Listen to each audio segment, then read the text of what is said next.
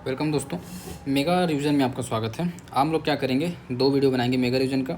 आज की वीडियो में मानवाधिकार से लेके अत्याचार निवारण अधिनियम, ये जो 4 अधिनियम हैं इनको कर लेंगे। बाकी जो 5 अधिनियम हैं उसको दूसरे वीडियो में करेंगे ताकि ज़्यादा लंबा भी मत बने। और मेरा प्रयास ये रहेगा कि आपको सारी इंपॉर्टेंट चीज़ें मैं आज रिवीजन करा दूँ आने वाले 25 से 30 मिनट के अंदर, ताकि जब पेपर 6 दे के आप थक के आएँ और ईयरफोन में ये डालें तो आपको रिलैक्स रहे कि मेरा रिवीजन हो गया। ठीक है, तो चलो मैं प्रयास करता हूँ आपके लिए सबसे अच्छा से अच्छा कंटेंट इस बार बना दूँ। तो मानवाधिकार संरक्षण अधिनियम 1993, ठीक है। उद्देश्य क्या रहेगा, तो उद्देश्य भाई मानव अधिकारों के अधिक अच्छे संरक्षण के लिए। पहला चीज़ क्या हो गया उद्देश्य में, मानव अधिकार का संरक्षण, पहला पॉइंट। दूसरा पॉइंट लिखना, जो इस नेशनल मानवाधिकार आयोग बना है, राष्ट्रीय आयोग, राज्य मानवाधिकार आयोग बना है और जो मानवाधिकार न्यायालय बना है उनकी स्थापना करना। दो चीज़ याद करवा दिया, मानवाधिकार का संरक्षण करना और जो स्थापना करना है उसके संरक्षण के लिए वो बता दिया। दोनों बाद और पीछे जो अगर जोड़ना है तो लिख देना कि मानवाधिकार संबंधी मुद्दों का हल करना, अन्वेषण करना, शोध करना, बहुत सारी चीज़ लिख सकते हो फिर। ठीक है, तो ये हो गया आपका जो दो उद्देश्य एक्ट के अनुसार। अब आपके आते हैं परिभाषाएँ, जो इंपॉर्टेंट परिभाषाएँ देखते चलेंगे ताकि इसमें पूरा कवर ही हो जाए। तो इंपॉर्टेंट परिभाषा में सबसे पहले है आपका मानवाधिकार क्या होता है। तो मानवाधिकार से परिभाषा अगर किसी को पूरा देखना है तो परिभाषा अलग से वीडियो बना हुआ है 2, ठीक, उसको पूरा सुन लेना। मैं यहाँ पर सिर्फ इंपॉर्टेंट परिभाषा रिवीजन कराऊंगा, ठीक है, बाकी सब नहीं करूँगा यहाँ पर क्योंकि सब वाला मैं बना चुका हूँ ऑलरेडी। तो पहला देखते हैं मानवाधिकार से क्या है। तो मानवाधिकार से आशय प्राण, स्वतंत्रता, समानता और व्यक्ति की गरिमा, 4 चीज़ें भाई, फिर से सुनो, ध्यान से सुनो। मानवाधिकार से प्राण, स्वतंत्रता, समानता, व्यक्ति की गरिमा संबंधित ऐसे अधिकार प्रेरित हैं, ठीक है, जो संविधान द्वारा प्रत्ययभूत किए गए। पहला चीज़ क्या है, संविधान द्वारा प्रत्ययभूत किए गए हैं या अंतर्राष्ट्रीय परियोजनाओं में सन्निविष्ट है और जो भारत के न्यायालयों में प्रवर्तनीय है। इतना याद है, सिंपल सा याद रखो। मानवाधिकार से आशय प्राण, स्वतंत्रता, समानता और व्यक्ति की गरिमा। फिर से बोलो चारों को, प्राण, स्वतंत्रता, समानता और व्यक्ति की गरिमा संबंधित ऐसे अधिकार हैं जो संविधान द्वारा प्रतिभूत किए गए हैं और या अंतर्राष्ट्रीय परियोजनाओं में सन्निविष्ट हैं और न्यायालय में प्रवर्तनीय है। ये हो गया हमारा मानवाधिकार संबंधित। अब अपन अगर इसमें कुछ और परिभाषा हो तो बस एक ही परिभाषा इंपॉर्टेंट है, बाकी सब नॉर्मल चीज़ है। धारा 3 आते हैं, ठीक है, अध्याय 2 धारा 3 राष्ट्रीय मानवाधिकार आयोग। देखो, राष्ट्रीय मानवाधिकार आयोग और राज्य मानवाधिकार आयोग दो चीज़ इसमें हम पढ़ते हैं संरचना में। तो राष्ट्रीय मानवाधिकार आयोग धारा 3 क्या है, धारा 3 में गठन है, ठीक, धारा 3 में क्या है, राष्ट्रीय मानवाधिकार गठन है, ठीक है, 3 में गठन है। इसमें यह कहा गया है कि इसका गठन केंद्र सरकार करेगी, पहला पॉइंट, इसका गठन केंद्र सरकार करेगी। दूसरा, ये किन किन लोगों से कैसे करके मिल के बनेगा, तो जो उसकी संरचना है एक टाइप से आप बोल सकते हैं, वो यहाँ पर बताई गई है। संरचना में जो है 1+12 सदस्य रहेंगे। 12 में भी आपका 5+7 करके डिवाइड होगा। अभी क्या है मैं बता देता हूँ आपको। मुख्यालय दिल्ली में है, ये याद रखना। 3 चीज़ें लिख दोगे गठन में, 3 चीज़ें खत्म। पहला, गठन कौन करेगा, केंद्र सरकार। दूसरा, संरचना रहेगा, कितना सदस्य संख्या, 1+12, 12 को भी 5 और 7 में डिवाइड करेंगे। और तीसरा, मुख्यालय दिल्ली में। अब जो संरचना है उसमें कौन कौन है वो देखो। संरचना में जो पहला है वो है एक अध्यक्ष है और 12 सदस्य। अध्यक्ष के रूप में होते हैं सुप्रीम कोर्ट के चीफ जस्टिस ऑफ इंडिया या फिर कोई दूसरे जज, रिटायर्ड ही रहेंगे ऑफकोर्स, ठीक है। तो सुप्रीम कोर्ट के रिटायर्ड चीफ जस्टिस या फिर कोई अन्य जज अध्यक्ष हो सकते हैं। 12 सदस्य जो मैं बोल रहा हूँ उसको आप 5+7 में डिवाइड करो बोला था। 5 जो सदस्य हैं वो जो है अपने कहाँ से आते हैं, वो आते हैं आपके न्यायिक पृष्ठभूमि से, और जो 7 होते हैं वो है पदेन पृष्ठभूमि से। पदेन रहते हैं वो लोग ऑटोमेटिक हो जाते हैं। 7 में कौन कौन है याद कर लो, जो आपके कमज़ोर वर्ग हैं 7, उनको ही इसमें लिए गए हैं।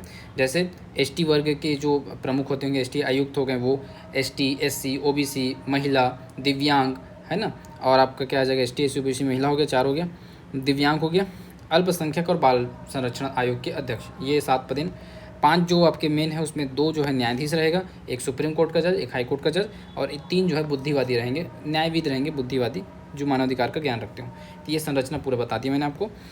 धारा 4 में है सदस्यों अध्यक्षों की नियुक्ति, 4 में नियुक्ति, ठीक है, 3 में गठन, 4 में नियुक्ति।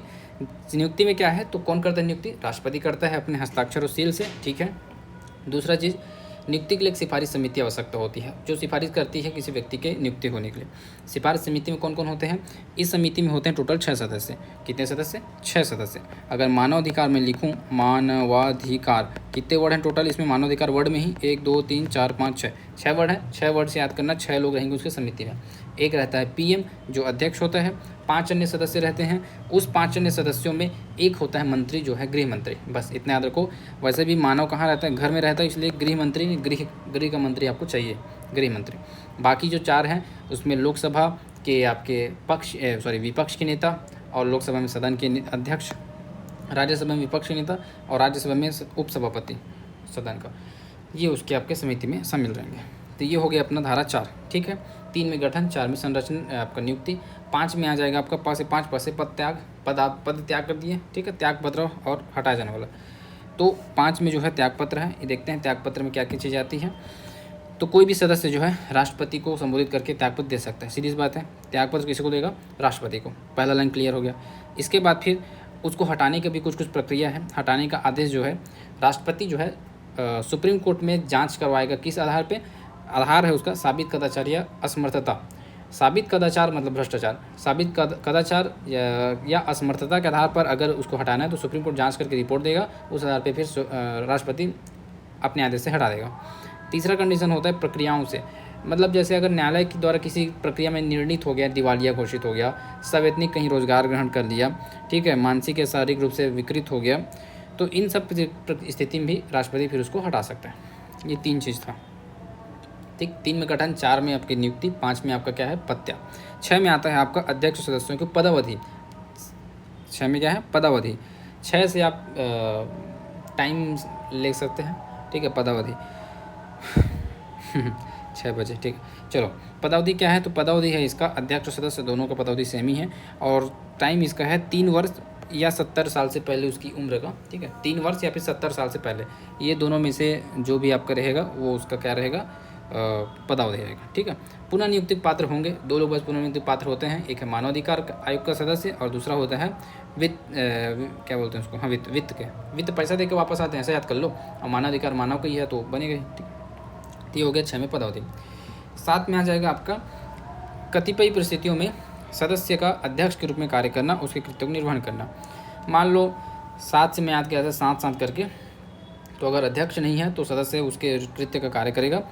अगर रिक्ति होती किसी कारणवश तो राष्ट्रपति जो है अधिसूचना द्वारा सदस्यों में से किसी एक सदस्य को तब तक कार्य करने के लिए प्राधिकृत कर सकेगा जब तक वापस नए अध्यक्ष की नियुक्ति नहीं हो जाती। ठीक है, अध्यक्ष की मृत्यु हो गई, किसी कारणवश रिक्ति हो गई, तो राष्ट्रपति सदस्य को ही एक अधिसूचना द्वारा नियुक्त कर देता है। सिंपल है, याद हो जाएगा नहीं होगा। चलो अभी तक क्या क्या पढ़े, 3 में गठन, 4 में नियुक्ति, 5 में क्या था, पत्या, 6 में क्या था, 6 में आप टाइम था 6 टाइम। ठीक है, और 7 में आपका हो जाएगा साथ काम कर रहे हैं, अध्यक्ष नहीं है तो सदस्य की नियुक्ति। 8 में हो जाएगा अध्यक्ष और सदस्यों की सेवा की निबंधन शर्तें, काम की नहीं है, छोड़ो। 7, 8, 9 में हो जाएगा रिक्तियों से कार्य का अभिमान्य न होना, ये भी काम करनी, छोड़ो। 10 में हो जाएगा प्रक्रिया का आयोग द्वारा विनियमित किया जाना। देखो, आयोग द्वारा विनियमित किया जाना अपनी प्रक्रिया, तो सब में वही कॉमन रहेगा कि अपने नियम वो स्वयं बना सकता है, अधिवेशन अपने हिसाब से रख सकता है, सिंपल। 11 में आ जाएगा आयोग के अधिकारी और अन्य कर्मचारी नियुक्त। तो आयोग के अधिकारी कौन होंगे, तो केंद्र सरकार जो है ना, केंद्रीय सरकार आयोग को भारत सरकार के सचिव की पंक्ति का एक ऑफिसर नियुक्त करेगा जो उसका महासचिव होगा। ठीक, तो 2 अधिकारी बनते हैं, एक होता है महासचिव और एक होता है पुलिस महानिदेशक IG। ठीक है, तो ये 2 IG रैंक के बंदे को ये लोग देते हैं अन्वेषण अधिकारी ग्रुप में, और एक होता है आपका महासचिव जो सचिव रैंक का होता है। ठीक, बाकी कर्मचारी जो तक होते हैं वो अलग। ये हो गया आपका 3। अब इसके बाद आता है अध्याय 3, आयोग के कृत्य एवं शक्तियाँ। धारा 12 से लेकर 16 तक कृत्य एवं शक्तियाँ इंपॉर्टेंट है, इसको अच्छे से पढ़िए।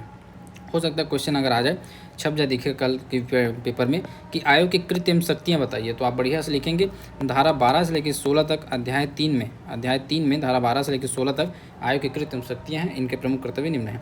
धारा 12 में आयोग के कृत्य दिया गया है, एक बार देख लो क्या क्या है। 13 में आपका जाँच है, जाँच संबंधी शक्ति है। 14 में आपका है अन्वेषण की शक्ति। 15 में हो जाएगा कथन नोट करने की शक्ति, और 16 में हो जाएगा सुनवाई की शक्ति। तो ये 4 चीज़ें। ठीक है, धारा 12 अच्छे से याद कर लो, क्या क्या देख लो।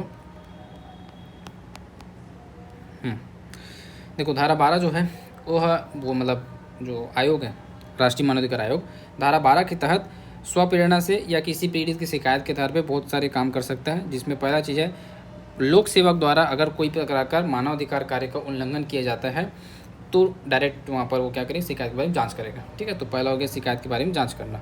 लोक सेवक द्वारा अगर उपेक्षा की जा रही है या फिर अतिक्रमण निवारण में कुछ सपोर्ट नहीं कर रहे तब। ठीक है, दूसरा हो जाएगा, पहला हो गया आपका शिकायत जांच करना, दूसरा हो जाएगा मध्यक्षेप करना। ठीक है, मध्यक्षेप करना कब मध्यक्षेप करेगा, जब आपका न्यायालय में अगर कोई मान लो ऐसा डिसीजन चल रहा है जिसमें मानवाधिकार उल्लंघन का मामला है तो वहाँ मध्यक्षेप करेगा न्यायालय की अनुमति से। तीसरा हो जाएगा निरीक्षण करना, जो आपके संस्थाएं हैं मानवाधिकार संबंधित, जैसे जेल हो गया, सुरक्षा गृह हो गया, बाल गृह हो गया, दिव्यांग गृह हो गया, है ना, इन सब में जाकर निरीक्षण करना। पुनर्विलोकन, अपने जो डिसीजन आते हैं आपके राज्य की नीतियाँ हो गई, योजनाएं होगी, उनका काम। फिर सिफारिश करेगा अपने हिसाब से जो भी उसको लगता है। ठीक है, फिर बाकी जो है फेकोलॉजी वाला काम, जैसे अनुसंधान करना, मानवाधिकार क्षेत्र में प्रचार प्रसार करना, संवर्धन करना, संस्थाएं को प्रोत्साहित करना, ये सारी चीज़ लिख सकते हो। ठीक है, क्या क्या कार्य हैं फिर से एक बार रिवीजन कर लो। पहला क्या है, शिकायत, पहला क्या है शिकायत जाँच करना, दूसरा मध्यक्षेप, तीसरा निरीक्षण, चौथा हो जाएगा आपका पुनर्विलोकन, अब पाँचवा हो जाएगा आपका सिफारिश। बाकी फिर फेकोलॉजी, अनुसंधान, प्रचार प्रसार, प्रोत्साहन, सब लिख लो। अब आता है 13 में आ जाएगा 13 जांच। 12 प्रकार के कार्य दिए गए हैं आयोग को, 13 प्रकार की जांच है। 13 में क्या करते हैं, जांच करता है। जांच संबंधी क्या कर सकती है, तो उसको सिविल न्यायालय संबंधी जो शक्ति है वो सब इसको रहेगा। सिविल न्यायालय क्या करता है भाई, तो साक्षी को हाजिर करता है, समन जारी करता है, ठीक है, दस्तावेज मंगाता है, उसके दस्तावेज को जाँच करने के लिए कमीशन बैठाता है ना, ये सब लिखना है। समन भेजता है, दस्तावेज मंगाता है, दस्तावेज पर अच्छा शपथ पत्र पर साक्ष्य भी ग्रहण कर लेता है। ठीक, अभिलेख और प्रतिलिपि प्राप्त कर सकता है। ये 5 आप लिखते हैं, हो गया। फिर आपका आता है सीधा केस ट्रांसफ़र वाला एक सीन है, उसको थोड़ा देख लो। जहां आयोग ऐसा करना आवश्यक और समीचीन समझता है, वह आदेश द्वारा समक्ष जो फाइल की गई या लंबित की शिकायत को उस राज्य के राज्य आयोग को हस्तांतरित कर सकती है। ठीक है, राज्य आयोग को हस्तांतरित कर सकती है। क्लियर। इसके बाद फिर अन्वेषण देख लो 14वें अनुसार। अन्वेषण में क्या क्या चीज़ें कही गई हैं, तो राज्य सरकार की सहमति से केंद्रीय सरकार या उस राज्य सरकार के किसी अधिकारी या अन्वेषण अभिकरण की सेवाओं का उपयोग कर सकता है, बस और कुछ नहीं। ठीक है, और इसके अंतर्गत बहुत सारी चीज़ें, जैसे व्यक्ति को समन भेजेगा, दस्तावेज प्रकट करने के लिए बुलाएगा, वही सब जो अपन 13 में पढ़ें उसी को यहाँ 14 में छाप देना। 15 उतना काम का नहीं है, 16 भी युक्तियुक्त अवसर दिया जाता है सुनवाई के लिए, कंप्लीट। अब आता है 17 में शिकायत की जाँच करना। 17 में खतरा कब होगा, जब आपकी शिकायतों की जांच होगी तब आपके लिए खतरा हो जाएगा। ठीक है, तो 17 में खतरा याद रहेगा, शिकायतों की जांच किसमें, 17 में। आयोग जो है मानवाधिकार के अतिक्रमण की शिकायतों की जांच करते समय क्या क्या चीज़ देखेगा, तो पहला रिपोर्ट, सबसे पहले क्या करेगा, वो जो है संबंधित अधिकारी या संगठन से जानकारी रिपोर्ट मांगेगा। ठीक, पहले क्या करेगा, जानकारी रिपोर्ट मांगेगा, किसी केंद्र सरकार हो गया, राज्य सरकार हो गया, या उसके कोई अधिकारी हो गए, ठीक है, उससे क्या करेगा, रिपोर्ट जानकारी मांगेगा।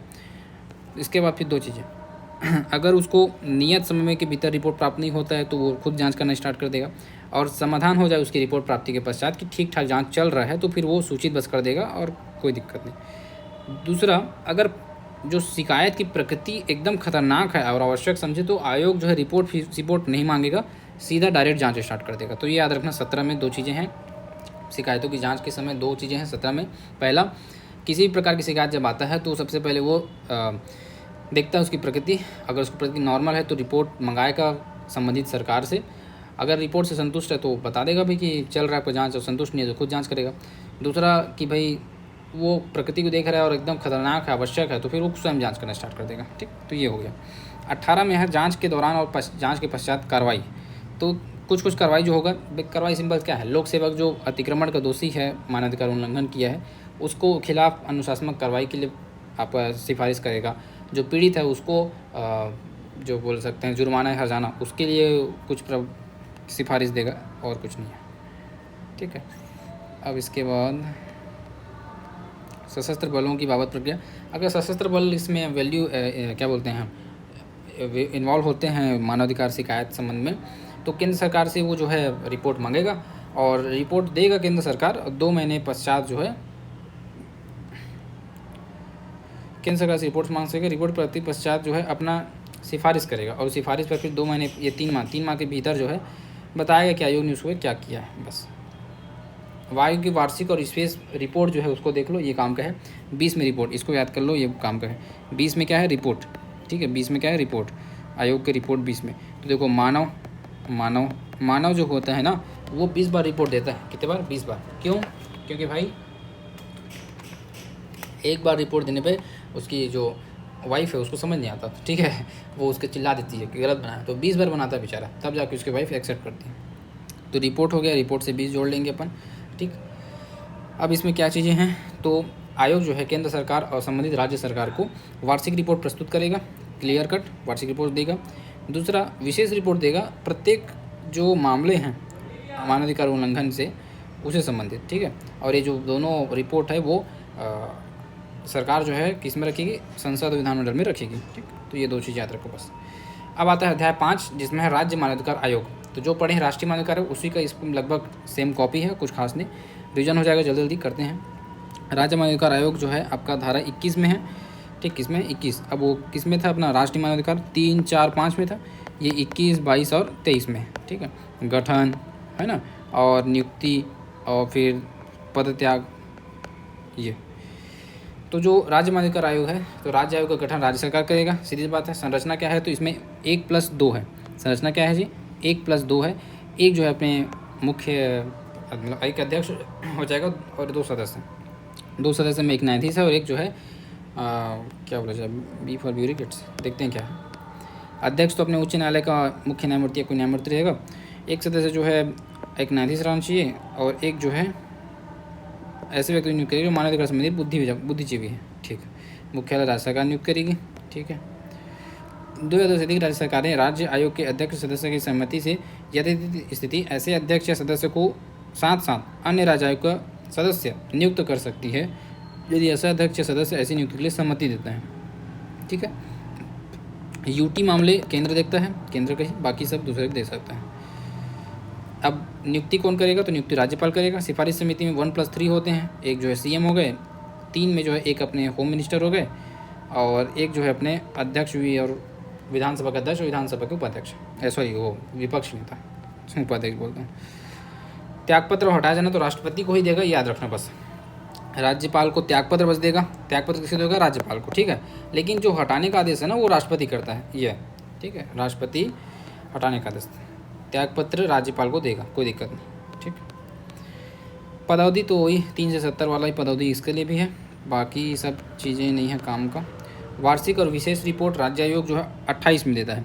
देखो 20 में रिपोर्ट देगा केंद्र आयोग और 28 में रिपोर्ट देगा, 28 राज्य हैं ना हमारे, पहले 28 राज्य थे कुछ समय तक, तो 28 राज्य से याद कर लो, 28 राज्य विशेष रिपोर्ट देगा, ठीक है। राज्य को उपलब्ध देगा राज्य आयोग। इसके बाद फिर मानवाधिकार न्यायालय है, 30 में जो है मानवाधिकार न्यायालय है, 31 में विशेष लोक अभियोजक है, ठीक। तो मानवाधिकार न्यायालय जो है मानवाधिकार अतिक्रमण संबंधी जो अपराध हैं उनके शीघ्र निवारण के लिए राज्य सरकार, ठीक है, उच्च न्यायालय के मुख्य न्यायमूर्ति की सहमति से प्रत्येक जिले में किसी सेशन न्यायाधीश को या तो नामांकित कर सकता है या फिर पुनः स्थापना मतलब नया स्थापित कर सकता है। तो ये आप इसको याद रख लीजिए, सिंपल चीज़ है। विशेष लोक अभियोजक उसको नियुक्त करेगा जो भाई 7 वर्ष कम से कम अनुभवी हो वकील ग्रुप में, उसको। फिर आता है आपका 32 और 33। 32 में है केंद्र का अनुदान और 33 में राज्य का। सीक्वेंस में है, पहला वाला केंद्र के लिए, दूसरा राज्य के लिए। जैसे अभी हमने विशेष लोक अभियोजक का पढ़ा 30 और 31, ठीक है। 30 में मानवाधिकार न्यायालय, 31 में विशेष लोक अभियोजक, 32 में हो जाएगा केंद्र सरकार द्वारा अनुदान और 32 में केंद्र और 33 में क्या हो जाएगा राज्य का, ठीक है। केंद्र सरकार विनियोग के पश्चात आयोग का अनुदान के रूप में दे सकती है, राज्य भी वैसे कर सकता है, कुछ नहीं। लेखा संपरीक्षा सीएजी करता है, ठीक है। लेखा संपरीक्षा कौन करता है, सीएजी करता है। और जो आयोग होता है ना वो एक रिपोर्ट बना के रखता है। लेखा संपरीक्षा करने वाले जो सीओजी है फिर वो अपना लेखा प्रारूप बना के किसको देगा, सरकार को देगा और सरकार फिर उसको सदन में रखेगी। बस ये 4 पॉइंट हैं, इसको आपको याद करना है बस, और कुछ नहीं है। राज्य आयोग का भी लेखा परीक्षा करेगा, वही चीज़ें सेम कॉपी करेगा। आयोग के अधिकार में आने वाले विषय 36, 3-6 जो है आपके आयोग के अधिकार में नहीं आता है वैसे विषय हैं जिसमें ऐसे ही विषय का जांच नहीं करेगा जो तत्समय प्रवृत्त किसी विधि के सम्यक रूप से गठित किसी राज्य आयोग या किसी अन्य आयोग के समक्ष लंबित है। कोई दूसरे के पास लंबित तुम थोड़ी जांच करोगे। दूसरा, जो अतिक्रमण गठित करने का कार्य है वो 1 वर्ष के समाप्ति के पश्चात किसी विषय की जाँच नहीं करेगा। तो 1 वर्ष हो गया तो वो जाँच नहीं करेगा, ठीक है। तो ये याद रखना, ठीक। ये हो गया और इसमें कुछ खास तो नहीं है। तो ये मैंने 20 मिनट लगभग ले लिया इसके लिए क्योंकि बहुत ज़्यादा बड़ा भी है, तो ये कंप्लीट हो गया, ठीक है। इतना ही काम का था इसमें जी, तो ये 20 कंप्लीट हो गया। अब देखते हैं दूसरा, घरेलू हिंसा महिला संरक्षण अधिनियम 2005, ठीक है। इसमें क्या चीज़ें हैं, तो इसमें आ जाएगा आपका धारा 3 में घरेलू हिंसक परिभाषा है, ठीक है। 3 में क्या है, परिभाषा, ओके। इसके अंतर्गत जो जो है उसको फटाफट देखते हैं, फिर कंप्लीट करो। देखो उद्देश्य क्या है, तो भाई घरेलू हिंसा से महिलाओं का संरक्षण करना, उनको अधिकार देना, ये वो सब प्रकार का चीज़ लिखना है और कुछ नहीं। परिभाषाएं, तो व्यथित व्यक्ति क्या होता है, तो व्यथित व्यक्ति कोई ऐसी महिला विपरीत है, व्यथित है मतलब महिला ही है, महिला विपरीत है जो प्रत्यर्थी के घरेलू अत्याचार में रही है, जिसका भी कथन है कि प्रत्यर्थियों द्वारा किसी घरेलू हिंसा का शिकार हो रही है। बस इतना ये लाइन इंपॉर्टेंट है, बाकी कुछ नहीं। बालक से आशा ये है जो 18 वर्ष से कम आयु का है। घरेलू घटना रिपोर्ट से विपरीत है कि किसी व्यथित व्यक्ति से घरेलू हिंसा की शिकायत प्राप्ति पर जो रिपोर्ट बनाया जाता है वो, ठीक। बाकी तो वो जो मेन वीडियो है परिभाषा वाला वो भी सुन लेना, जल्दी हो जाएगा, ज़्यादा देर नहीं लगेगा। अब आता है घरेलू हिंसा, तो घरेलू हिंसा की परिभाषा धारा 3 है। परिभाषा के अंदर क्या क्या चीज़ें हैं, तो प्रत्यर्थी का कोई भी कार्य लोक घरेलू हिंसा गठित करेगा यदि वह 3-4 कंडीशन है। पहला तो यही है कि यदि वह व्यथित व्यक्ति के स्वास्थ्य, मतलब वही प्राण, स्वतंत्रता, समानता पड़े, वही चीज़, उसके स्वास्थ्य, सुरक्षा, जीवन, अंग या किसी मानसिक शारीरिक भलाई की हानि करता है, तो आपका क्या हो जाएगा, घरेलू हिंसा के अंतर्गत आ जाएगा। इसके अंदर 4 प्रकार दुरुपयोग हैं, शारीरिक दुरुपयोग, लैंगिक दुरुपयोग, मौखिक दुरुपयोग और भावनात्मक दुरुपयोग और आर्थिक दुरुपयोग, 5 हो गए। तो ये दुरुपयोग को देख लो। शारीरिक दुरुपयोग के अंतर्गत क्या क्या चीज़ आती है, प्रत्यर्थी को कोई भी ऐसा कार्य जो व्यथित व्यक्ति को शारीरिक पीड़ा, हानि देता है, उसके शारीरिक भलाई की हानि करता है, ठीक। इसके अंदर हमला और धमकी, ये सारी चीज़ें आ जाएंगी, ठीक है। तो ये हो गया। इसके बाद फिर आपका आता है लैंगिक दुरुपयोग, तो कोई भी ऐसा कार्य जो उसके गरिमा के खिलाफ है, तो वो हो जाएगा आपका लैंगिक दुरुपयोग, ठीक है। इसके बाद फिर नेक्स्ट आ जाएगा आपका मौखिक और भावनात्मक दुरुपयोग, तो भाई उसको विशेष रूप से नर संतान न हो पाने के कारण क्या कर रहे हो भाई आप, उसको बड़ा भला बुरा कह रहे हो, ठीक है, तो वो हो जाएगा। धमकियाँ दे रहे हो। आर्थिक दुरुपयोग, उसके वित्तीय संसाधनों का दुरुपयोग कर रहे हो, तो वहाँ पर आर्थिक दुरुपयोग आ जाएगा, ठीक, स्त्री धन, ये सबको। इसके बाद फिर धारा 4, संरक्षण अधिकारी को जानकारी दिया जाना। 4 के अंतर्गत संरक्षण जानकारी दिया जा रहा है, ठीक है। 5 में कर्तव्य है, पुलिस अधिकारी, सेवा प्रदाता और मजिस्ट्रेट से कर्तव्य है। 5 में कर्तव्य वही है, उसको जानकारी देगा उसके अधिकारों के बारे में, ठीक है। और फिर सेवा प्रदाता की उपलब्धता जानकारी, संरक्षण अधिकारी की सेवा की जानकारी, ठीक है, आवेदन करने के अधिकार की जानकारी, ये सब उसको बताएगा और कुछ नहीं, ठीक है। देखो आवेदन करने व्यक्ति जानकारी क्या क्या, आवेदन के अधिकार की, सेवाओं को उपलब्धता की, संरक्षण अधिकारी को उपलब्धता की, आदेश और अनुतोष प्राप्त करने की, निःशुल्क विधिक सहायता की, ठीक, परिवार दायर करने की, ये सारी चीज़ें। इसके बाद फिर जो काम का है, संरक्षण अधिकारी कर्तव्य एवं कृत्य क्या है, तो मजिस्ट्रेट के प्रति और व्यथित के प्रति करके इसको पढ़े थे हम लोग, ठीक है। तो मजिस्ट्रेट के प्रति कर्तव्य यही है कि भाई उसकी सहायता करेगा, घरेलू मजिस्ट्रेट के प्रति उसके कृत्य में सहायता करेगा, उसको DIR घरेलू हिंसा की रिपोर्ट पेश करेगा, सूची देगा जिसमें सेवा प्रदाताओं की लिस्ट होगी, ठीक है। व्यथित प्रति विधिक सहायता देगा, उसको परिवार दायर करने में सहायता करेगा, आवेदन बताएगा, चिकित्सीय सहायता उपलब्ध कराएगा, सारी चीज़ें, ठीक। इसके बाद फिर जो काम का है सरकार कर्तव्य, तो सिंपल वही है, कुछ नहीं। देखो प्रक्रिया क्या है, तो 12 में आवेदन किया जाता है, 12 बजे बैठते हैं मजिस्ट्रेट साहब, तो 12 बजे आवेदन करेंगे, ठीक है, आवेदन कर सकते हैं। फिर 13 बजे सूचना की काम तामील होगी, 4 अंतों में परामर्श, 15 में कल्याण विशेषज्ञ। सामाजिक गृहस्थी निवास करने का अधिकार 17 से स्टार्ट होता है इसका अधिकार। सनि धनि अभिसति, संरक्षण, निवास, धनि, अभिरक्षा, प्रतिकर, इसको याद करना है। संरक्षण आदेश जो है 18 से है। संरक्षण आदेश के तहत जो आपका मजिस्ट्रेट है वो व्यथित व्यक्ति के पक्ष में संरक्षण आदेश पारित कर सकता है। इसके अंतर्गत घरेलू हिंसा किसी कार्य को रोकना है, ठीक है, घरेलू हिंसा किसी कार्य को रोकना है, या प्रत्यर्थी जो है कोई सहायता नहीं करेगा घरेलू हिंसा कार्य में, ठीक है। प्रत्यर्थी उस जगह पे नहीं जाएगा जहाँ पर वहाँ पर रह रही है वो जो अपनी व्यथित है, वो संपर्क करने का रोकेगा, ये संरक्षण अधिकार में। निवास अधिकार, तो निवास से नहीं निकालेगा प्रत्यर्थी जो है व्यथित को निवास से नहीं निकालेगा। सामाजिक गृहस्थी से स्वयं को हटाएगा, ठीक है, अगर चाहे तो स्वयं को हटा ले। किराए के लिए उसको उपलब्ध कराए अगर मांग कर रही है तो, ठीक है, ये सारी चीज़ें निवास आदेश में है। फिर आपका आता है धनी अंतोष, तो धनी अंतोष में जितने सारे उसको धन की हानि हो रही है, उपार्जन की नहीं, कमाई की हानि हुई है सुनवाई के दौरान, भरण पोषण प्राप्त करने का है, चिकित्सीय व्यय है, ये सब उसको करेगा, ठीक है, धनी अंतोष। फिर आपका आता है अभिरक्षा हेतु, तो अस्थायी रूप से जो संतान है उसकी अभिरक्षा दे सकता है व्यथित को, ठीक है। और फिर अंतरिम आदेश जारी करता है 23 में। अंतरिम आदेश में एक पक्षी आदेश एक प्रकार से जारी कर देता है और कुछ खास नहीं, शपथ पत्र के आधार पर, ठीक है। फिर आ जाएगा आपका आदेशों की अवधि और उसमें परिवर्तन, तो पर 25 में आदेशों की अवधि में परिवर्तन हो सकता है, ठीक है, छोड़ो इसको। अपील है 29 के तहत अपील है 30 दिनों के भीतर अपील की जा सकती है उसको। धारा 29 में अपील है, तो जो भी मजिस्ट्रेट के आदेश से व्यथित है वो 30 दिन के भीतर अपील कर सकते हैं। फिर आ जाएगा आपका 31 में शास्ति है। क्या क्या शास्ति है देखो, प्रत्यर्थी द्वारा संरक्षण आदेश के भंग करने के लिए शास्ति अगर भंग करता है तो 31 में है इसका शास्ति का वर्णन कितना है, 1 वर्ष का कारावास और 20,000 रुपये जुर्माना। याद रखो बस, धारा 31, 1 वर्ष का कारावास और 20,000 रुपये का जुर्माना इसको मिल सकता है। ठीक है, इसके बाद फिर अगर संरक्षण अधिकारी जो है कर्तव्य न करे तो क्या शास्ति है, तो सेम वही 1 वर्ष जुर्माना और 20,000 रुपये उसको 1 वर्ष कारावास और 20,000 रुपये जुर्माना उसको भी, अगर संरक्षण अधिकारी काम ना करे तो। चलो ये हो गया आपका घरेलू हिंसा संरक्षण नियम। ठीक है, अब आता है सिविल अधिकार संरक्षण नियम 1955। तो इसका उद्देश्य क्या है, तो अस्पृश्यता से जो भी अपराध हो रहे हैं तो उसको दूर करने के लिए ये अधिनियम लाया गया है और इसी को अपन फॉलो करेंगे। 5 मिनट और अपने पास, आधा घंटा बोला था मैं, 5 मिनट में सिविल अधिकार और ST/SC अत्याचार अधिनियम दोनों कंप्लीट हो जाएगा। ठीक है, देखो सिविल अधिकारी परिभाषा क्या है, तो सिविल अधिकार से कोई ऐसा अधिकारी प्रेरित है जो संविधान द्वारा अनुच्छेद 17 द्वारा अस्पृश्यता का अंत कर देने के पश्चात उद्भूत होता है। ठीक है, होटल के अंतर्गत जलपान गृह, भोजनालय, बासा, काफ़ी हाउस, ये सब आता है, ये याद रखेंगे।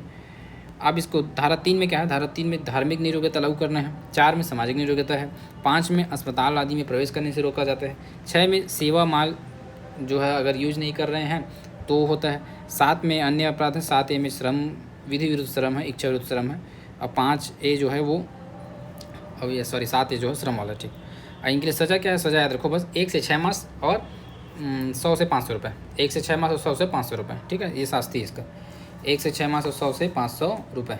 ठीक, धार्मिक योग्यता क्या है, तो भाई सीधी बात है, धार्मिक जो उसी धर्म के लोक पूजा स्थान में प्रवेश करने से रोके, कोई रीति रिवाज करने से रोके, जो धार्मिक स्थल है या फिर नदी है वहाँ प्रवेश करने से रोके तो धार्मिक नियोग्यता हो जाएगा।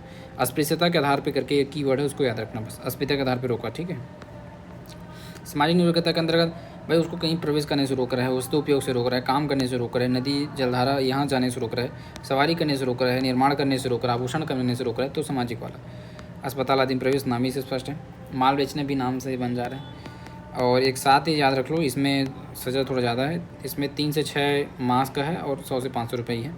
विधि विरुद्ध अनिवार्य श्रम आचरण समझा जाएगा अस्पृश्यता का अगर अस्पृश्यता का उसको मजबूर किया जाए किसी पशु से हटाने, उसका खाल खींचने, ऐसा काम करने के लिए। ठीक है, अब सरकार जो है अनुदान निलंबन कर सकती है ऐसे क्षेत्र के लिए।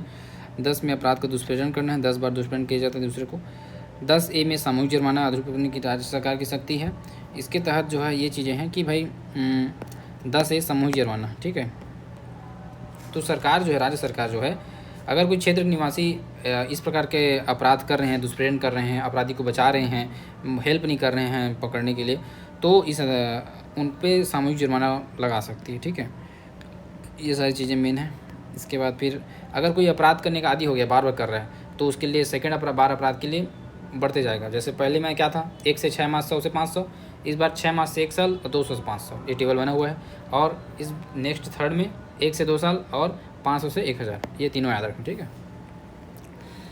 फिर आ जाएगा आपका सिविल न्यायालय की अधिकारिताओं की परिसीमा है। ठीक है, सीमा 2 चीज़ है कि भाई एक ऐसा कोई भी रूढ़ी को सपोर्ट मत करना जो अस्पृश्यता का आचरण वो करे, और कोई वाद ग्रहण मत कर लेना जो इसके विरुद्ध में हो, उस अधिनियम के विरुद्ध में। ठीक है, तो ये सारी चीज़ें हैं। संक्षिप्ततः विचारणी जो है 15 में है। अगर प्रथम श्रेणी मजिस्ट्रेट को लगता है अपराध ऐसा प्रकृति का तो संक्षिप्त विचारण कर सकता है। ठीक है, उसके अलावा ये हो गया आपका कंप्लीट। अब इसके बाद फिर ST/SC अत्याचार निवारण अधिनियम 1989, ये देख लो। तो इसमें क्या क्या चीज़ें हैं, इसमें आपका अत्याचार के अपराध जो आता है आर्टिक वही ज़्यादा पूछता है और कुछ खास नहीं, तो उसी को देख लो, सीधा काम को वही है आपका। देखो धारा 3 में अत्याचार के अपराध के लिए दंड है। अत्याचार के अपराध के अंदर क्या क्या चीज़ें हैं, तो पहला चीज़ ये है कि उसको कोई अखाद्य पदार्थ, घृणाजनक पदार्थ खिलाता है। दूसरा, उसके घर पे जो है वो मलमूत्र, प्रवेश द्वार पर जो है मलमूत्र पशु सब ये रखता है, पड़ोस में मलमूत्र पशु सब रखता है, शरीर संबंधी बाल खींच रहा है, नंगे घुमा रहा है, मूछ में मतलब चेहरे पे कालिक पोत रहा है, ये सारी चीज़ें। ठीक है, फिर उसका चुनाव लड़ने से रोक रहा है, उसकी स्त्रियों को गरिमा का उल्लंघन कर रहा है, देवदासी प्रथा यूज कर रहा है, देवदासी बना रहा है। ठीक है, और निर्वाचन वाला हो गया, कृषि हो गया, वन हो गया, ये सब फिर एक एक करके लिख सबको दिक्कत नहीं। इसके बाद